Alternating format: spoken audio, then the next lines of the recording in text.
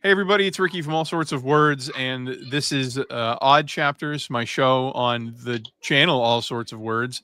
And the point of it is to simulate what it sounds like when you wander into a comic book store. We were literally just babbling off camera about how aging is the best and worst thing that will happen to your supple nerd body. Yeah, it's like I was saying, you get older and you get that freedom to do things, but it also comes with it the back pain and the oh man, my show's ending, and the when did they rearrange the grocery store? It's man, aging. Yeah, but like one promise I made to myself as a kid was when I grow up, I'm going to have every single one of my game consoles plugged in and ready to go, and I'm going to own all of the game consoles that I want.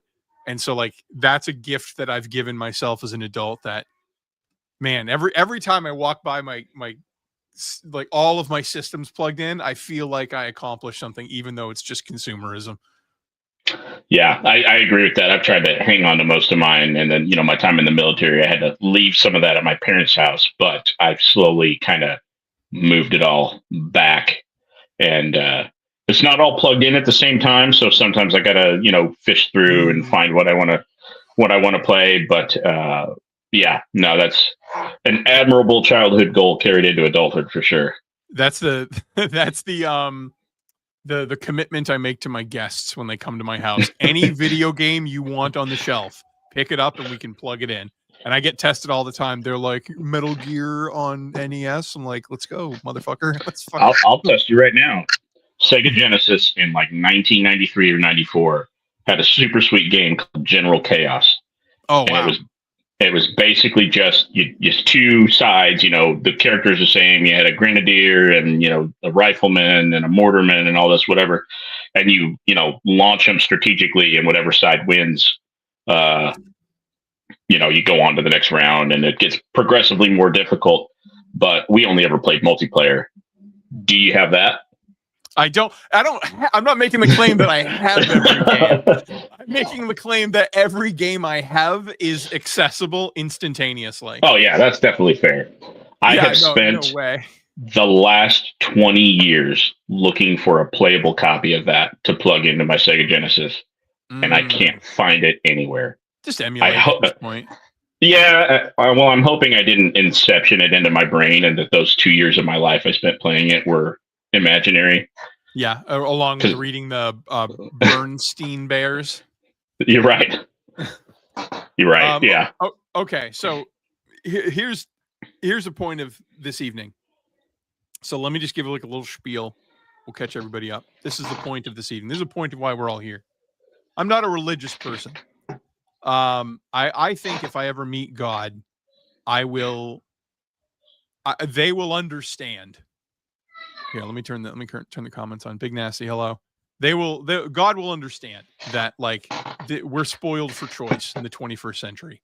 It's almost like I'm like that woman on the top of the movie at the end of the action film with the two twins, and there's the evil one, the good one. I got my gun pointed, and it's raining, and they're both trying to appeal to me to convince the other that no, he's the evil one, he's the evil one. And they each have something to say. Take that analogy and make it 400 men, and I'm pointing my gun at all of them, and they're all going, "Don't shoot. I am the one true God and the way." And then I go, "Okay, well, what about you? Don't shoot. I am the one true God and the way." And so I think, and that's not to disrespect anybody and how they were raised, but it is overwhelming to like, how do you know, aside from your geographic location and time of birth, what is the acceptable answer for what the name of God is? However, all of that being said, I believe in signs. Let me explain. So like you're driving to work, and on the radio, you hear Dear Mama by Tupac. And then you get to work and your boss goes, "Oh, thank God you're here. We have a mother of a problem today." And then you get home, and then you turn on the TV, and it's, "Have you called your mother today? This brought to you by the foundation of Have You Called Your Goddamn Mother Today?" side note, have you called your mom today? Call your mom today.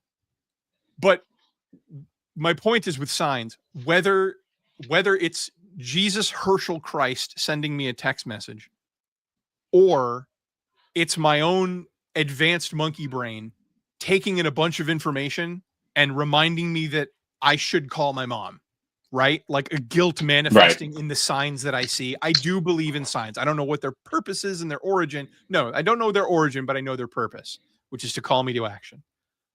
And so lately, I've noticed in all the media in my life, everything is immediately ending by coincidence. And so I'm calling it a divine coincidence. So for example, a month ago, I've been reading a book series, a fantasy book series, for literally 9 years. It's called The Sword of Truth by Terry Goodkind. That's my favorite series of all time. Okay, well, there we go. So I just, a month ago, I just read book 11. And so I've only got one left. Yeah. And then the main series is over. He quit and retired it. And then like he wrote some other books that like apparently sucked. And then he like tried to like backtrack and come back and write 2 more of these, but they're awful. The main series has 12 books and it was supposed to end at 12. I've only got one left after this one. I'm done. I'm a big fan of reading the classics, and I'm down to, after this one, Sense and Sensibility by Jane Austen. I'll have read all of her big books. I'll have read Mansfield Park, which is her biggest, Emma, Pride and Prejudice, and then I'm about 2/3 of the way through this. I've got 2 more books of hers, and they're the smallest, little thinnest, freshman year project sliver of a book by Jane Austen. And then Jane Austen's done. I'll never read anything else by Jane Austen again. I'm also playing right now Yakuza 5. And in the mainline series, there's 7 games, 0, 1, 2, 3, 4, 5, 6. So 7 games in the mainline series. After the one I'm on the last game, and then it's over. There's so much in my life that's just like, and we'll talk about some different topics related to endings, but all of these signs have been pointing me towards endings. And so that's what I wanted to talk about tonight. So I contacted my friend here, the Comic Collector Coach, follow him on Instagram. And we're just going to talk about endings and all their various shapes, forms, and nonsense. So when I told you tonight was going to be about endings, what was your first reaction? I immediately did, just a reality check of how many things have I enjoyed that have already ended, or like you said, things that are coming up on their end, and then like this, whether it's been announced or the writing's on the wall. I just was going through the catalog of things. Like I'm a big Office fan, and that's still one of the shows that I'll put on if nothing else is intriguing me. And every time I get to a certain point in the show, I'm like, oh man, it's almost over. Even though it ended years ago, as far as on network television, I still have that sense of disappointment. So I was going through the catalog and just like, what things have ended that I'm like generally still disappointed aren't still going on. And isn't there an Office sequel like coming out? There is. It just started. Yeah, it's called The Paper. And the only, as far as I know, I haven't watched a second of it yet, but Oscar Nunez plays the same character. Oh man! So he's no the only one, man. I think. No offense to the man, but that's like, oh, they got Belding? Great. Right. So he's in it, and I haven't watched it yet. I imagine it's probably, there's like shreds of the original Comic Genius and stuff in it, because it is some of the same writers and producers from The Office. But I don't know. I'm kind of waiting for that one to finish its pilot season so I can, before I get emotionally invested in it. Well, here's one that I wanted to start with. I will say, so I believe endings are the most important part of the story. Beginnings are a hook. They get you invested. The middle of the story is the bridge. It holds up the action. It holds you to the end. But the reason why I say the ending is the most important part of the story is because the only part where you, as the audience, gain ownership over what you just experienced. You are now participating in the story itself, because once it concludes, you're going to tell everybody what you thought. Well, that's even step 2. Once it concludes, your first reaction is now with the actions that were elicited from Right. you from experiencing it is a personal thing. But then you're going to tell everybody what you thought. And then even when you forget everything about the movie, you've forgotten the actor, you've forgotten the story, everything about it. You'll be in a video store 15 years from now, or like you'll see a DVD rack and you'll see that DVD and you'll go, I hated that movie. Right. You won't remember anything about the damn thing, but you'll remember the feeling of hating it. You gain this like imprint at the end of something, this emotional connection to it for good or for ill. And so I wanted to start the conversation here because Great place to start. if you weren't around during Game of Thrones time, there is no way to explain to you how big Game of Thrones was. You couldn't go to a gas station without being able to find one trademark branded product of Game of Thrones. People went to bars and watched it with strangers so they could all ooh, ah, cry and panic with each other. I used to go to multiple viewings in an evening. So I would go to a friend's house and I'd watch it with him. And then my other friend would get off work. Then I'd go to his house and we watch it with his group of friends. And in one night, I'd watch the same episode 3 times with like 15 different people. And we did this for years. It was amazing. But they really did speed run the ending. Can't deny that. Yeah. And so if you YouTube the words, don't do it right now, but if you YouTube the words Game of Thrones, I bet you won't get 2 scrolls before you see had the worst ending ever. What happened? Why did they do this? And so does the ending is so powerful, does it potentially ruin all of those good experiences that you had up until that point? So, full disclosure, I never watched the ending of the show. I did read the books. And the reason I didn't watch the ending of the show is because at the chasm that they come to where the show just takes a left turn and is completely different. It's hanging in there for the first 2 seasons, I think. And then season 3, they kind of changed things up. And also, it was difficult when that show was still new. I think I was still in the Navy and I was deployed. And I was buying the Blu-ray box sets and watching them when I was out to sea. But then I just didn't have the time to do it. So it became one of those things where it's like, yeah, I'll get back to it. It's going to be around. And then, years later, everybody's talking about, oh, Game of Thrones is ending. And I'm like, oh no, I didn't keep that promise to myself. I haven't watched anything past season 3. So now I need to go back and rewatch it. But from my understanding, for the way the books went, I think that, yes, I think the ending is kind of disappointing if you really were that emotional, that invested in it and you'd enjoyed it that much. I think the ending of the show would definitely be disappointing. But the way that the books ended, I was okay with it. I felt good about it. To be clear, the books haven't ended. Well, right. And then so that's the other thing too is the books are brilliant. Right. But where the show ends in the book, that ending, I was okay with that point in time. But that's the other thing too. I think some people just hold on to that. Well, is it, like you said, it hasn't really ended because now there's the prequel, and then there's going to be another story that predates. I can't remember. I've read a little bit about Duncan, it. But Duncan. So incidentally, my favorite Game of Thrones book is the prequel book they did with Duncan Egg. It's called A Knight of the Five Kingdoms. Okay. It's one shot. It's a normal length for Martin. It is a normal length book, and it is okay. You remember the blind maester at the wall? Yes. Aemon Targaryen. Mm-hmm. He's a child, and he meets this knight, and this knight. He's a knight under spurious circumstances. We're not sure if he was officially knighted or if he's a guy walking around saying I was knighted, because all it takes is to make a knight as a knight. And so he's saying this famous knight knighted me in the wilderness. And so he's walking around calling himself a knight, but everybody's questioning, are you a real knight? Where's the prominence of you being a knight? But in the book, he's the most noble, chivalrous, knightly character around.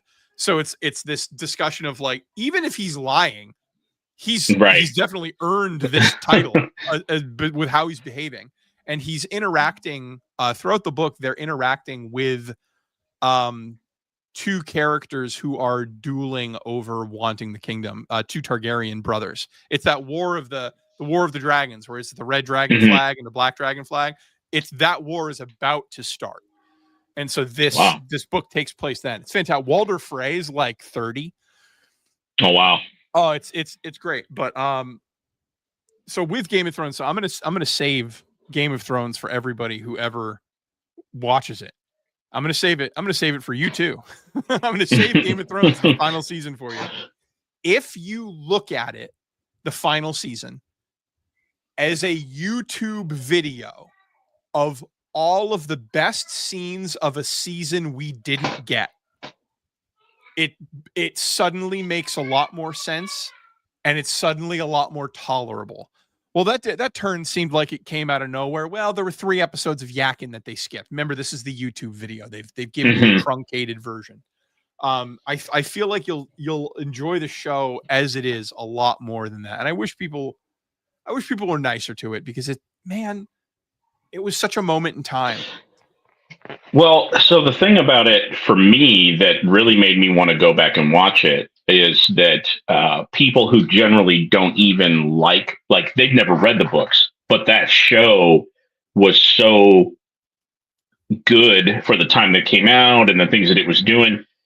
They watched it and loved it. Like, I had a neighbor who's, the hillbilliest hillbilly, and he would do you watch Game of Thrones last night? I didn't. Oh man, that's the best show on TV.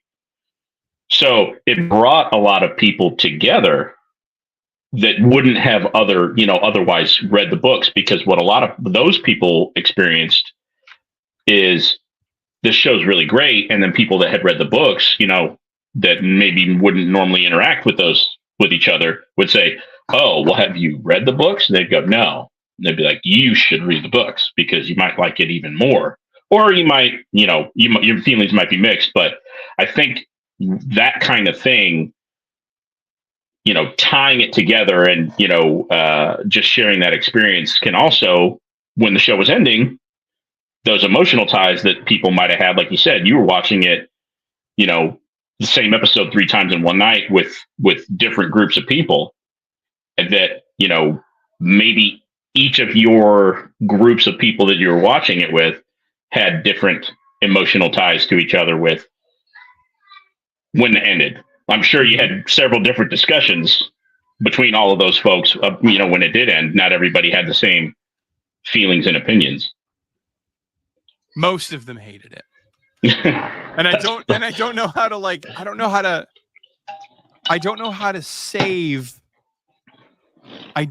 to save Game of Thrones for a new generation, because I feel like so many people got spurned by the ending of Game of Thrones that they're not really promoting it effectively to the next generation. Yeah. Which sucks, because sure, I disagree, but let's just pretend that the ending is empirically bad.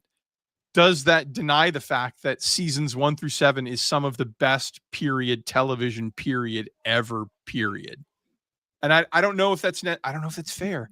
But speaking of not fair, if you are even remotely tangentially interested in comic book culture, how people are responding to comic books, not just if they're buying them and reading them, but the culture surrounding all of comic books, there is a war for the soul of Superman in movies going on right now. And there are very strongly opinionated people that think Superman is a very specific thing and he should never be anything else. And then there's another side that says Superman is a very specific thing and he should never be anything else. They're both arguing the same thing. They just wish Superman looked differently. And those people are the people who like a dark, dour, strong man with a strong jaw and a silent demeanor. They like the Zack Snyder films, and that's the way they always want it to be forever, and they're not going to be happy unless they get it that way. And then there are people who watch the new Superman and they're like, cool, more Superman. I'm glad Right. he looks this way. And they're not happy that the other fans aren't happy because the movie didn't do as well as it should have. So my whole point with endings, talking about Superman right now, the Zack Snyder community, I think the real reason why the Zack Snyder community is so unhappy with the current Superman is because they never got an ending. In fact, if you took all the Zack Snyder movies together and just went to the ending of each of them, it is cliffhangers and cliffhangers and cliffhangers and cliffhangers that never get paid off. Even the movies that seem to give you some sort of ending and fulfillment end with a cliffhanger. Even the most recent thing that we got of the Zack Snyder universe, like you know, what do we got? We got Black Adam ended with a cliffhanger. Yeah. The Justice League director's cut, where he knew he would never come back and make more, ends with a goddamn cliffhanger of Martian Manhunter. A war is coming, and he flies away. Like, I believe that's where a lot of the angst and anxiety comes from in the Zack Snyder community. They were never given an ending. It never got a 6-issue comic run that tied everything together. It didn't get anything like that. And it kind of sucks for them. And so I do get that initial spark that match in the Tinder that like really lights them up to be like, oh, they're mad about it. And I get it, but it just sucks. It sucks for them. It sucks for us having to deal with them. Right. And it is kind of a bummer that at least, there's not at least one writer out there, comic book writer out there willing to take maybe like, hey, this Zack Snyder Superman, guess what? Here's a 6-issue limited series that kind of ties it all together and puts a bow on it. It could be done. There's plenty of good writers out there. Do any of them want to touch that? That's the next question. But I mean, yeah, I agree. I think that's the divide is. I have to great. believe that Zach has some sort of say against it because it doesn't make any sense that there wouldn't be. Like it. Well, and he's written comic books. He could do it. He could do it. Like get David S. Goyer to supervise. You know what I mean? Like do right. what you got to do. But the fact that they haven't, I wonder if I don't know if he's holding out hope that they'll make another one because at this point Henry Cavill's like going to be the producer of Warhammer for Amazon. Like yeah, he got a mini James Gunn job. He is the guy of Warhammer for all the billions of dollars Amazon's going to throw at the Warhammer property. So there's no way you're going to get him back for a weekend to film. Yeah, and I think that he did that just going off of some of the interviews he's had, especially with The Witcher, and how they were like, "Hey, you really need to back off with all your opinions about what direction the show should go in." And he's like, yeah, but like, this is important to me. I've read the books and everything. Like, I really like this. That's why I'm doing this project. I really think we should do it this way. And they were like, I don't know. And then I don't know if it was a scheduling conflict or whatever, but for whatever reason that he ended up not on The Witcher anymore. I think the next time that, him with his nerd brain said, the next project I do that is based around this gaming culture or nerd culture that I love, I want more control. And so Amazon was like, listen, if you're going to sign the contract, do whatever you want, bud. We will give you the reins and you can just make it right in every way, shape, or form. And I hope that's what happens because I enjoyed Warhammer as a kid. I've only read the Horus Heresy. I do want to read more of the books. The problem with being a reader, here's another end tie-in. The problem with being an avid reader is you have to understand from day one, you will never read everything that you want. You're on borrowed time, baby. Yep. And I read at a pretty okay. I'm a slow reader, but I make up for it by reading a lot. Right. And so I can burn through a book a week. It is not impressive. Like my wife, she can read a book in like 3 days, like because it's her only hobby. She has no other hobbies, no video games, no nothing. So when she engages in any hobby, it's reading. So she burns through books, but like I'm like halfway through reading Hemingway. Like I said, I'm almost done with Austen. I've obviously read all of Tolkien for the big fantasy series. So there's Lord of the Rings, I read it. Game of Thrones, I read it. Narnia, read it. Sword of Truth, one book away from reading it. I've never touched Wheel of Time, but I have the first 4 books. But again, it's like 15 books long. Yeah, it's forever long, and it spans like 30-something years. But it's appealing because it has an ending.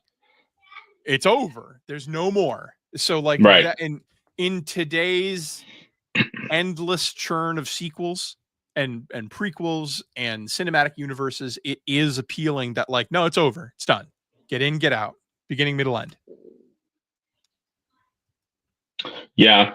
I agree, but that's especially like as an avid reader as a kid, and whether it was comic books or Lord of the Rings, I read at a pretty young age, and I think the Sword of Truth series I discovered, I don't know, probably my early teens, I think, and I've always enjoyed that. That's also a realization I had. I was like, man, I want to read.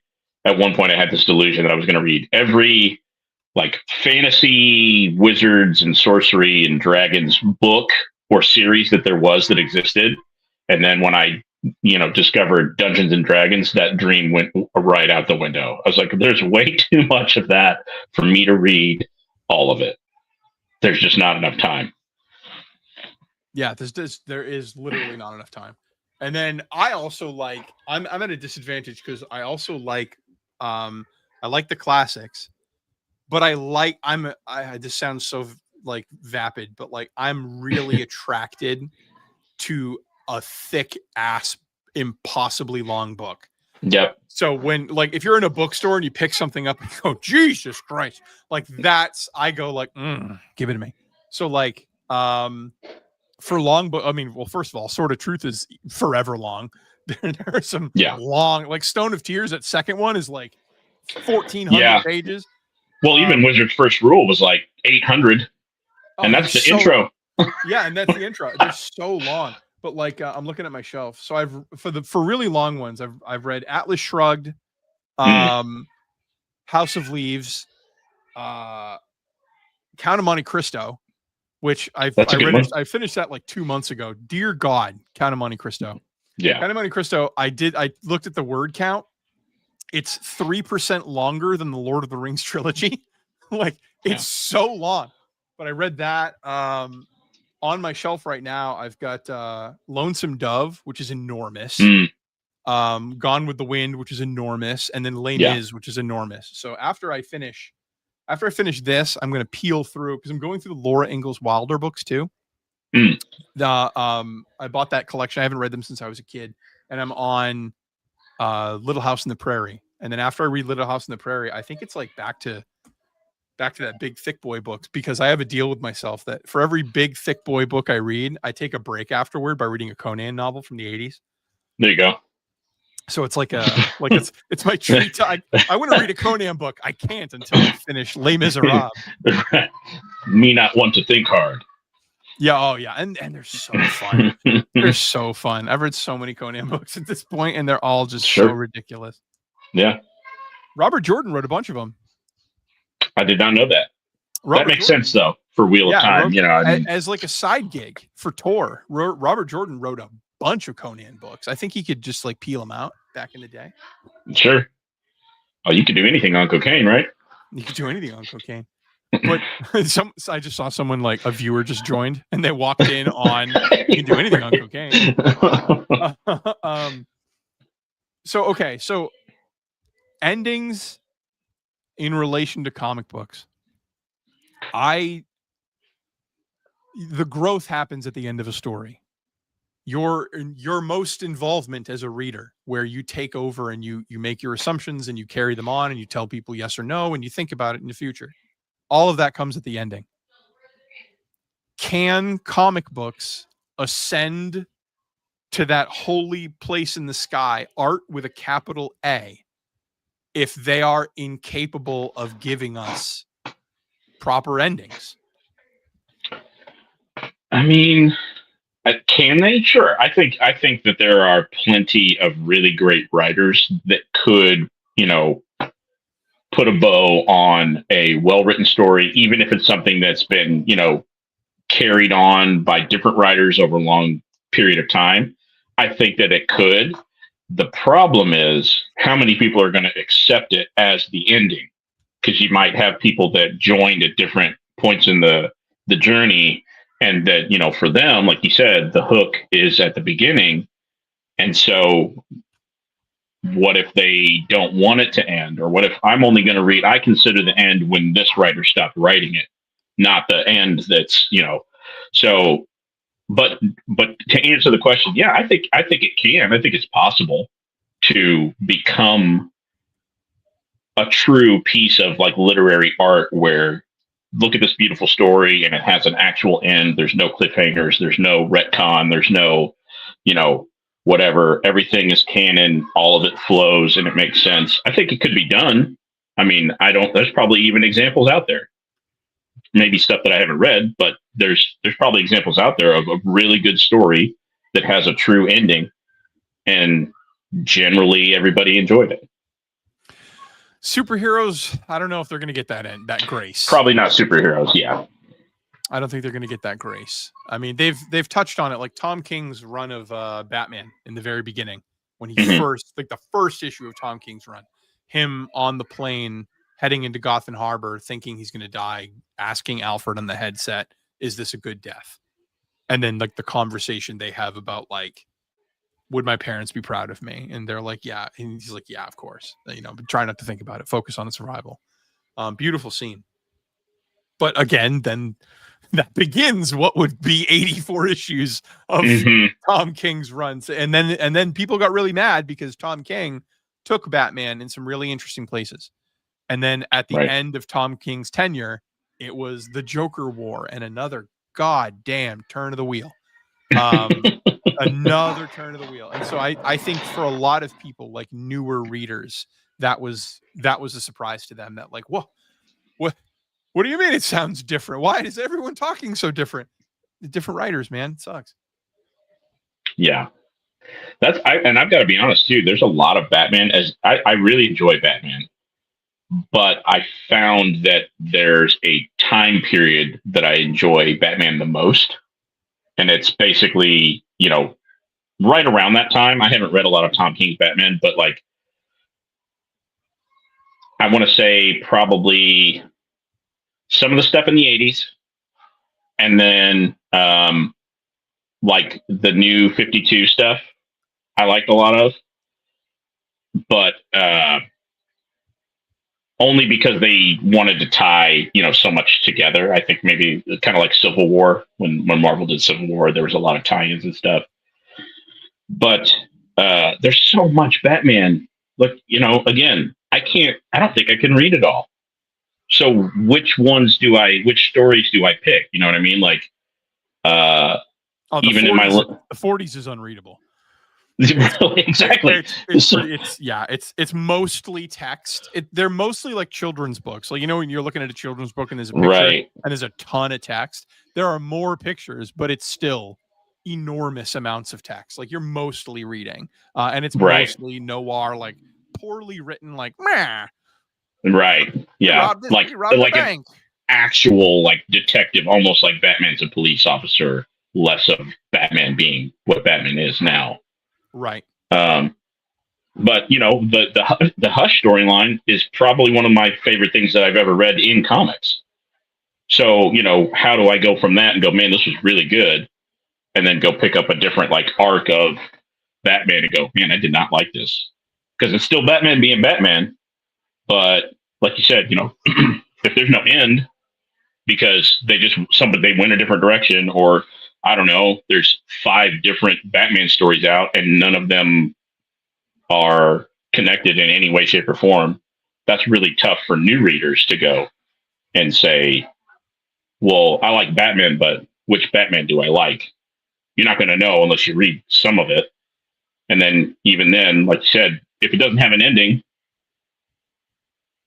do you even want to keep reading it knowing that? Because a lot of Batman, I mean, what is it? Oh, Batman 1100, issue 1100 is where they're at now, the legacy issue. That's a lot of one character. 1100 issues of one character.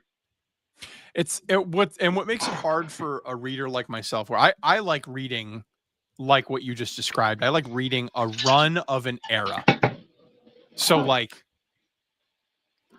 so for example, like I'm the only I'm one of maybe 8 assholes on Earth who collected the New 52.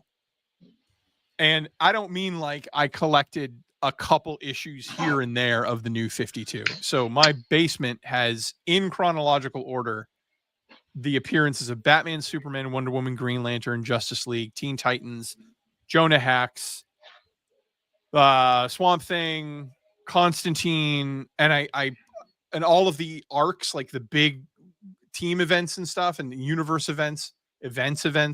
I have it all, and I found a reading order list, and I put them all in order, which is the worst way to read it. Please don't do that. It's a waste of your time. It's such a colossal waste of time, and the stories were not as organized as they advertised they would be. You'll be reading a Wonder Woman, and Batman will show up, and you'll be like, "No, Batman's on Mars right now. You can't do that." And then, but that's what they were promising they were getting away from. Right. The point being, I like reading an era of comics. Sure. And you get like a consistent tone. The problem being, when you read eras like me, new writers are discovering shit about a character that has already been established in other issues. So like, for an example, the next writer of Batman will make him a loner, and then he'll learn that working with people isn't so bad. Like, but the last story was about Batman learning that working with people wasn't so bad. And then they do this over and over again. And so like, and every character has this, they learn a lesson about blah, blah, blah. And so it's difficult when you read a character for like 20 years and you see like, I watched, for example, I watched Batman Ninja, that animated Batman movie. Mm-hmm. Let me tell you what sucks about that movie. He goes back in time, and all his villains got back in time before him. So all his villains have already taken over like feudal Japan. Fine. That's not the dumb part yet. The dumb part is he goes back in time with Barbara, Dick, and I think it's Damian. Yeah, Damian, okay. Barbara, Dick, and him, and Red Hood. Like the whole squad goes back. He loses his technology, and he doesn't have his Batmobile. And dejected Batman sits down on the stairs, and he's like, well, I don't know who I am if I don't have my weapons. And like, I'm sorry, excuse me. Like, did you not see that episode of the animated series where he like gets put in the hot box? So that was a writer thinking they were being profound, telling this story like, oh man, Batman he has to learn to function without his weapons. Let's give him a struggle. Let's give the martial arts combat master and sleight of hand master challenge, and he can face adversity with no electronics. Yeah, MacGyver lost his lockpick and he won't stop crying about it. Right. It just didn't make any sense. And so like you run into that with characters all the time. Like they experience something, they learn a lesson, and then 10 writers later, because it really is like 10 writers later, decades later even, the new writer won't have read that story. Right. And so they will come at it with this like, oh, okay, what if Spider-Man like had another girlfriend that we didn't know about? Like, we have been here before.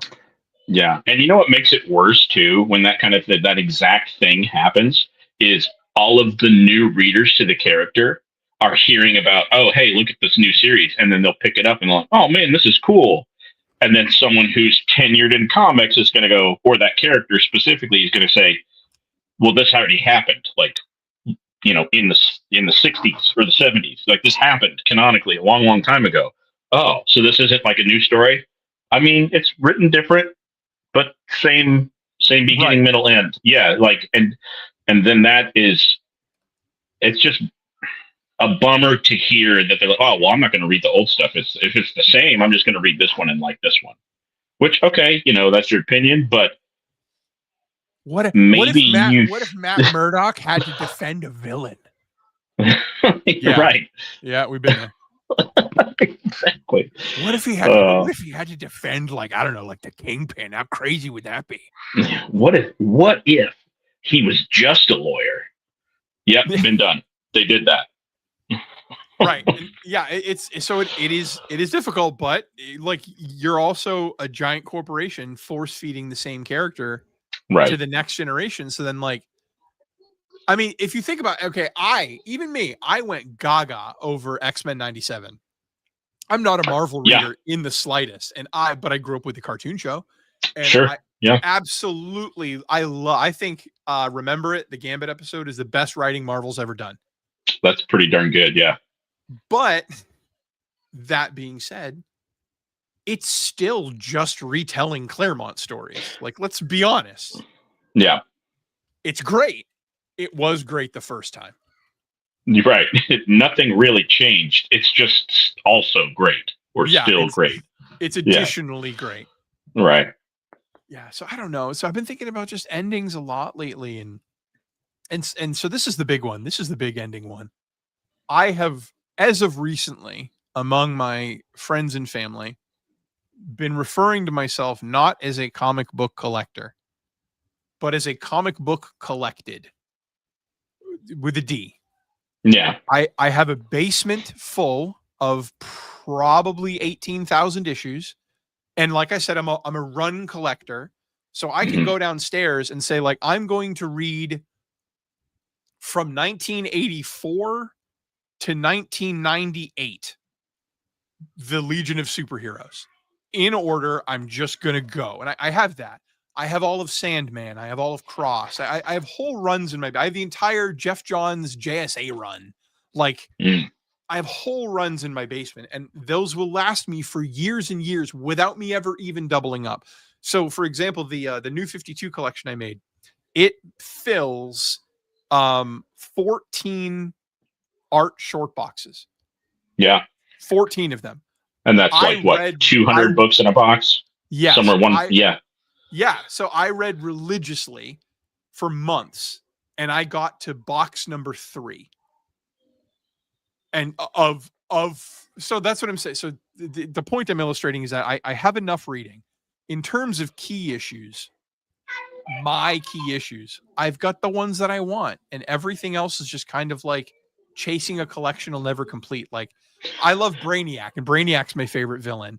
Then I get Brainiac, but then like, the first appearance of Lex Luthor came up at a pretty unrealistic price, but maybe I could get that one. And then, well, now I have those two. I should get Mr. Mxyzptlk, and it doesn't end. And so I've picked my favorite characters. I have my favorite books, especially my indie books. My indie book collection was where I put the most of my focus because that was the biggest piece of my heart. And I'm like kind of fucking done, man. I get that. I think I made that decision a long time ago because, as I've said on, other streams when I was a guest, and I've, even on my own channel or on Instagram, I kind of, my time in the military put a pause, even though I was stationed in San Diego, it kind of put a pause because you don't just have a bunch of free time to go get the new stuff or even back issues that you love. And so when I seriously got back into collecting comics, I had to ask myself, like, am I going to chase the end of every rainbow just because ooh shiny, or do I want to stick to the characters that I know that I already love and just get as much of that as possible? And I think that's where I landed, was just like, I'm a big Moon Knight guy, Daredevil, Man-Thing, Dr. Fate, Plastic Man. So like, I've got my dozen or so characters that I like and want to collect as much of as possible. But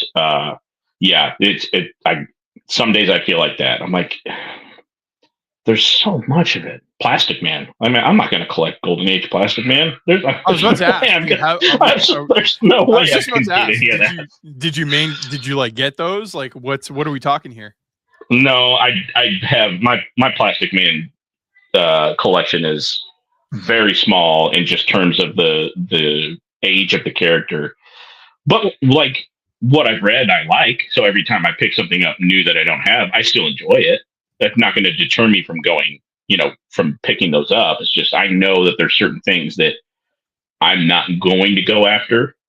And again, like you said, 40s Batman is not unreadable, but good Lord.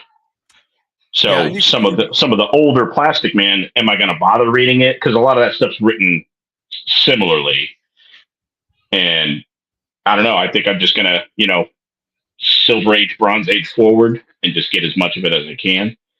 Because I definitely don't have 18,000 books in my collection. It's more like 2,000, and I don't even know some of it. I don't think I've even read. I mean, that's the dream. The dream for me is I want to have read everything that I own. And so the only way I can achieve something like that is if I finally put a stopper in this bottle, Right. Of endlessly buying more and more books that just aren't getting. It's not that I don't. We're buying the opportunity to read them one day. Right. That's what we're buying. We're buying the hope that we won't be dead when we reach for it. Right. But like my dream books, I got them all. Like I got my first Supergirl, my Crypto, Judge Dredd, Vampirella. Like my Addams Family collection is my pride and joy. I like literally everything, even things I didn't know existed, like the Addams Family stuff. I've got it all, and it's like if I had $25,000 burning a hole in my wallet right now, I think I'd feel gross buying something of the level that I would want. That would be like the next big. It's kind of like, okay, here's my quote. Chris Pratt, of all people, I saw him give an interview where he said, because he was grinding away for years as an actor without becoming Chris Pratt, like decades of acting without being Chris Pratt. He was the fat, funny friend for years. Right. And he finally became the Hollywood it guy. It's fading a bit now, but he did for a minute. Yeah. And he described it as, you climb this mountain, and then you think once you've hit the summit, you've won the mountain, like you've beat the journey. You know what I mean? And he said you get to the top of the mountain and you look around and it's just other mountains. There's just more mountains. Right. And so, I mean, that's kind of what I'm feeling with this collecting shit, with this comic book collecting. Like, at what point do you have enough? Yeah. And I think sometimes that's the point where, people with the collector bug say, I'm satisfied with this. Let's start a new chapter. And then I'm going to collect, pick a thing, I like these characters so much. I'm going to collect the entire toy line, every toy that's ever been made. Then you start all over again. But like you said, how many times are you going to climb another mountain? How much energy do you have to do that? Yeah, I don't know. And so I've been among my friends and family. That's kind of what it's been. It's this. And so I think one way to mitigate the damage, one way to make it more special. I did it in my last house and I do it in this one, even though I designed this room from the ground up. This was an empty room. It's huge in here. This is my office, my space. And I still designed it so that all I have on display, I'll try to show you, that's my comic book display. That's it. That is the only license I give to this room for my comic book collection. I have a couple stands, 1, 2, 3, 4, 5, 6, 7 stands. No, 8 stands total, right? So 2, 4, 6, 8 if I want to. But all I'll do is I'll rotate those out. Right now it's Judge Dredd. So there's a big Judge Dredd thing, a little Judge Dredd standee, the DVDs, and like his first appearance and stuff. But regardless, the point of that, I'll try to put it in camera. The point of it is that like I can rotate it out and I can enjoy my collection in spurts. Right. Because if I wanted to, I could move all this stuff in boxes, all my anime and my DVDs and video games. I can take them off of here and I could make this the wall of comics if I wanted to. I could make my wall of dog photos over here, all comics if I wanted to. But I feel like by putting an artificial stopper in the bottle, forcing myself into something like that, I feel like it makes me appreciate that which I've accumulated in small bits rather than Yeah. here's everything all at once. And that's what I was going to ask you is like, do you take time? Because I know Brandon at Mon Comics and several other YouTubers have said that, breach the subject of how much time do I spend appreciating what I already have? Or am I just focused on climbing the mountain? And I got my number one grail being a big Moon Knight fan was Werewolf by Night 32.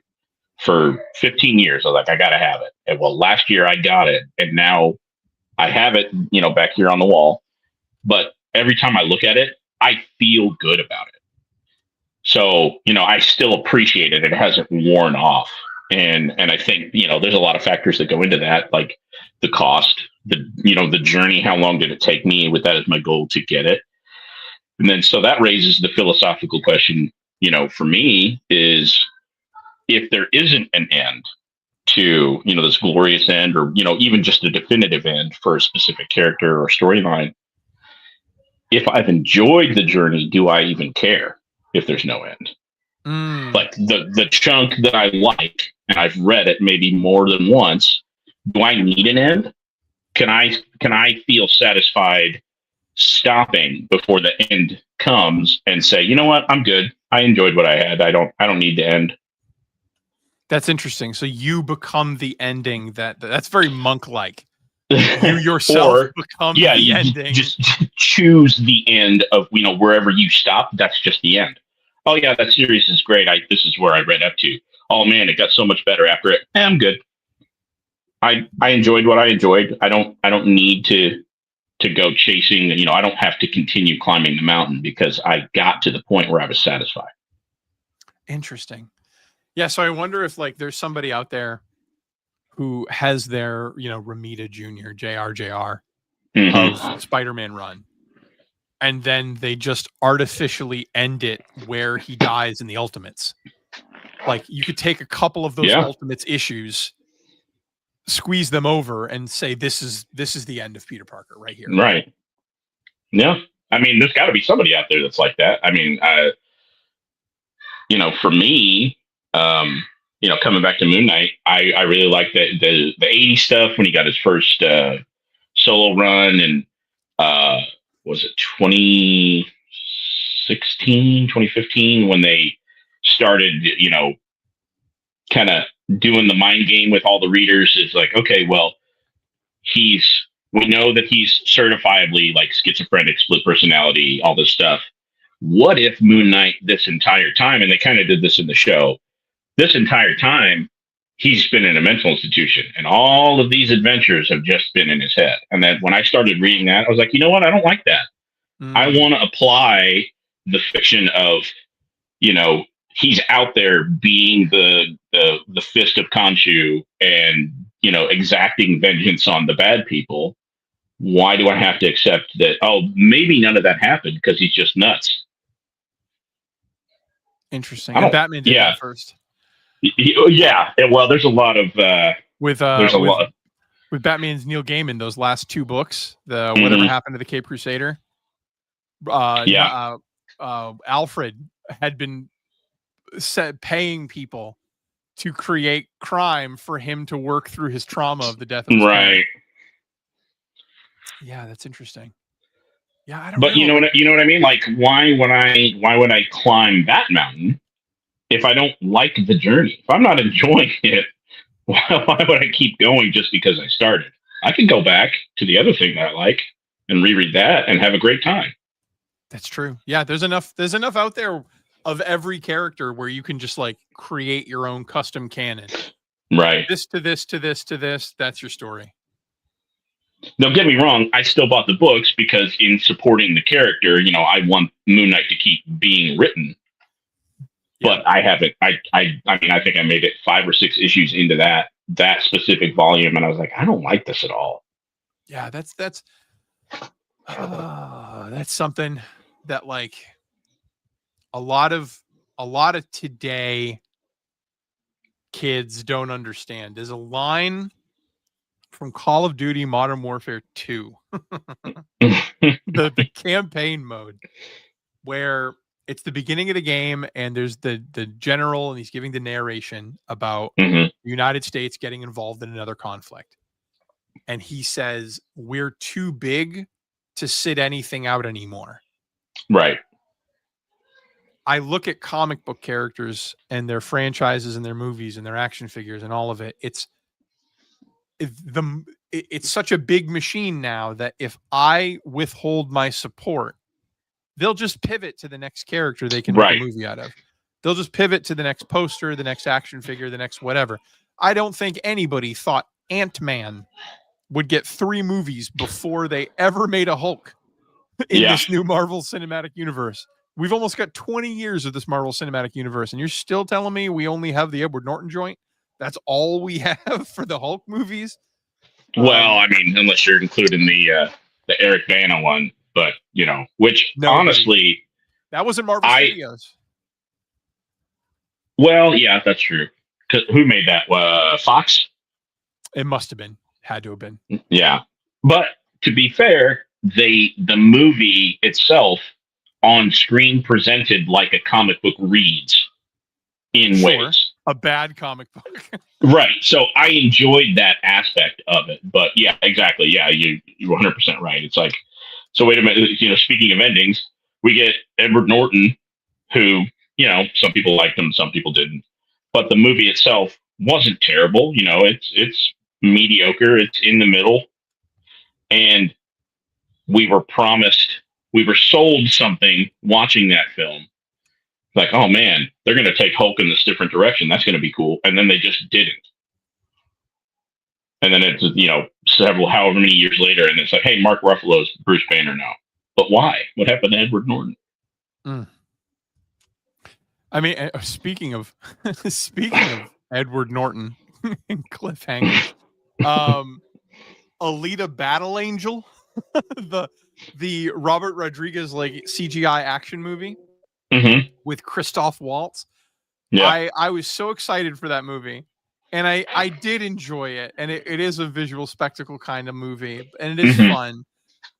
But at the end of the movie, it ends with them showing you the guy behind it all. It's fucking Edward Norton, and then they never made a sequel. I read that they were making another Alita movie. I'm literally going to look that up right now because I would love that to be true. As long as it continues, don't remake it. Right. I think that maybe it was in talks to get cast and all that, but I'm pretty sure they're doing that. Unless it was just fan speculation. Maybe it was that, but I definitely read something.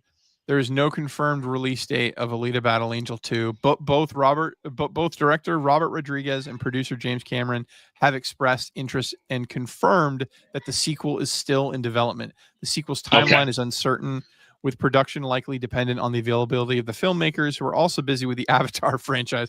Yeah, that's like that old thing about Bill Gates stopping to bend over and pick up $100 bill.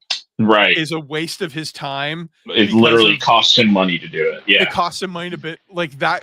For James Cameron to stop making Avatar long enough to fuck around with an Alita Battle Angel 2, he would be stopping to pick up the $100 bill. Yeah, right. Yeah, and I didn't watch the second Avatar. I haven't seen it yet. Mainly because my children, being as young as they are, I can't sit and watch anything for 3 hours at home without being interrupted 2.5 million times. So that's just one of those things that I'm just going to have to part it out eventually. But speaking of endings, I really hope that they end that series because, like the extended edition Lord of the Rings movies, I don't know that I've got 12 hours in me a second time to watch all of the Avatar movies in their entirety. Yeah, but Lord of the Rings, though.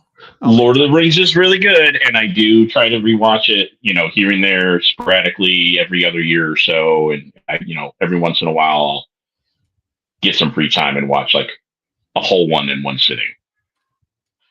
But speaking of endings, we're just about in an hour.